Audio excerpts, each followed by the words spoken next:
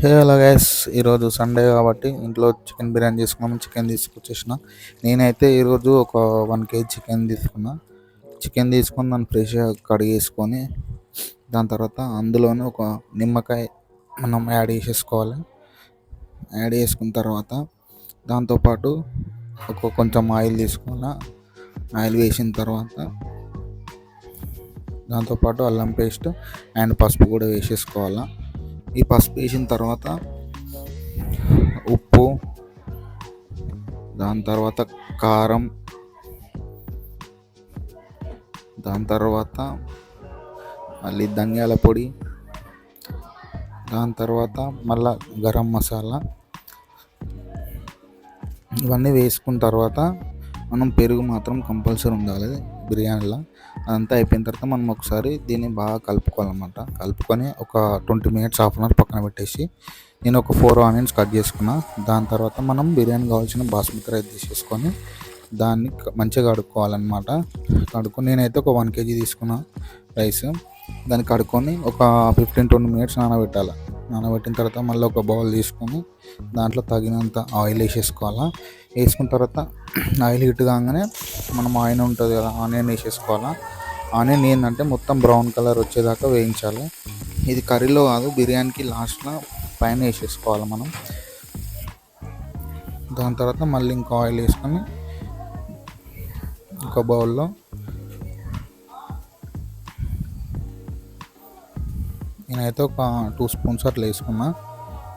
దీని తర్వాత మనం దీనిలో ఇది బ్రౌన్ కలర్ వస్తుంది కదా, ఇది ఆనియన్ బ్రౌన్ కలర్ వచ్చిన తర్వాత దాన్ని తీసేయాలి, సైడ్కి వేసేసుకొని అందులోనే మనం పచ్చిమిర్చి వేసుకోవాలి. కర్రీకి పచ్చిమిర్చి వేసుకున్న తర్వాత ఏదైతే మనం పక్కన పెట్టేసుకున్నామో చికెన్ అంతా కలిపింది అది కుక్ చేసుకోవాలి.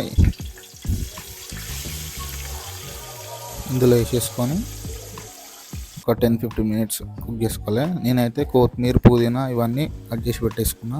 ఇది కుక్ అవుతున్నప్పుడు దాంట్లోనే కలమాక్, పుదీనా వేసేసుకోవాలి. దీన్ని పక్కన పెట్టేసేయాలి, మూత పెట్టేసి. దాని తర్వాత మనం అది ఆయిల్ వేసుకున్నాం కదా ఈ రైస్కి, దీంట్లోనే మనము వాటర్ పోసేసుకోవాలి. కొద్దిగా వాటర్ పోసేసుకున్న తర్వాత ఆ వాటర్ హీట్ అయ్యేటప్పుడు మళ్ళీ కొంచెం ఆయిల్ వేసేసుకొని మనం ఏవైతే మసాలా ఉంటాయి కదా, కుళ్ళ మసాలా వేసేసుకోవాలి. మసాలా అనేటి మన ఇష్టం. ఇక ఎక్కువ మసాలా వేసుకునేటప్పుడు ఎక్కువ మసాలా వేసుకోవచ్చు. దీంట్లోని భోజవరాకు అండ్ దాంతోపాటు ఉప్పు ఇట్లా వేసుకోవాలా. వేసుకున్న తర్వాత మనం ఈ కర్రీని ఇట్లా సైడ్ పండు చూసేసుకోవాలి. మనం ఈ కర్రీ ఇదైతే కర్రీ అయితే మొత్తం కుక్ కావద్దు, ఒక 80%. ఇంకోటి ఏంటంటే దమ్ అయ్యేటప్పుడు ఎలాగో పీసులు ఉడుకుతాయి కాబట్టి దీంట్లోనే మనం అల్లం పేస్ట్ వేసేసుకోవాలి. ఈ రైస్ దానికి అల్లం పేస్ట్ వేసుకున్న తర్వాత దీంట్లోనే మనం పుదీనా, కలమాకు, కొత్తిమీర వేసుకొని ఈ కర్రీని దీంట్లో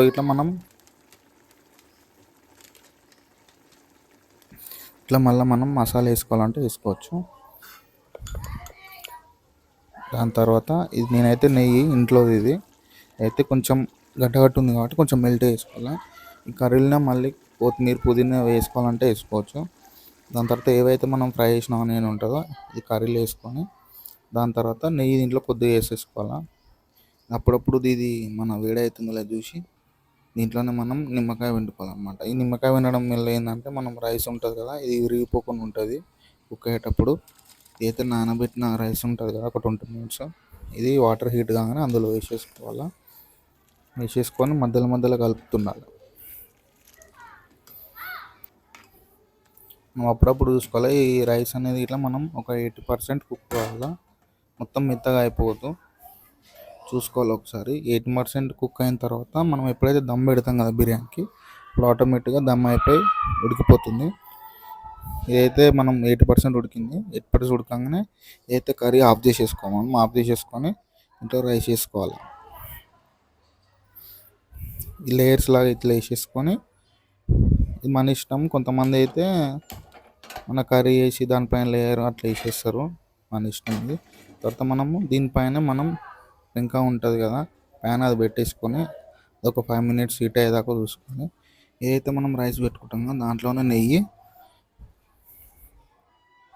దాని తర్వాత కొద్దిగా నిమ్మకాయ రసం పిండేసి ఫుడ్ కలర్ యాడ్ చేసుకోవాలంటే యాడ్ చేసుకోవచ్చు, లేకపోతే కుంకుమ పువ్వు. నా దగ్గర ఫుడ్ కలర్ ఉంది కాబట్టి వాటర్లోనన్నా లేకపోతే మిల్క్లన్నా మెల్ట్ వేసేసుకొని ఇట్లా వేసేసుకోవాలా. దాని తర్వాత ఏదైతే ఫ్రైడ్ ఆనియన్ ఉంటుందో దీని మీద వేసేసుకోవాలి మనం. వేసుకొని మళ్ళీ కొత్తిమీర, పుదీనా ఇవన్నీ ఇట్లా చేసేసుకొని ఇట్లా వేసేసుకొని మనం మూత పెట్టేసుకోవాలా. మూత పెట్టేసుకొని దీనిపైన వెయిట్ పెట్టాలి మనము. ఏదన్నా ఒక వెయిట్ మన దమ్ అనేది పోకుండా పెట్టుకోవాలి. నేనైతే ఒక బిందె పెట్టేసుకున్నా చిన్నది. సో రెడీ అయిపోయింది అనమాట. ఒక 15-20 మినిట్స్ తర్వాత చూస్తే దమ్ అయిపోయింది, బిర్యానీ రెడీ అయిపోయింది. మనం ఒకసారి కలుపుకొని చూద్దాం.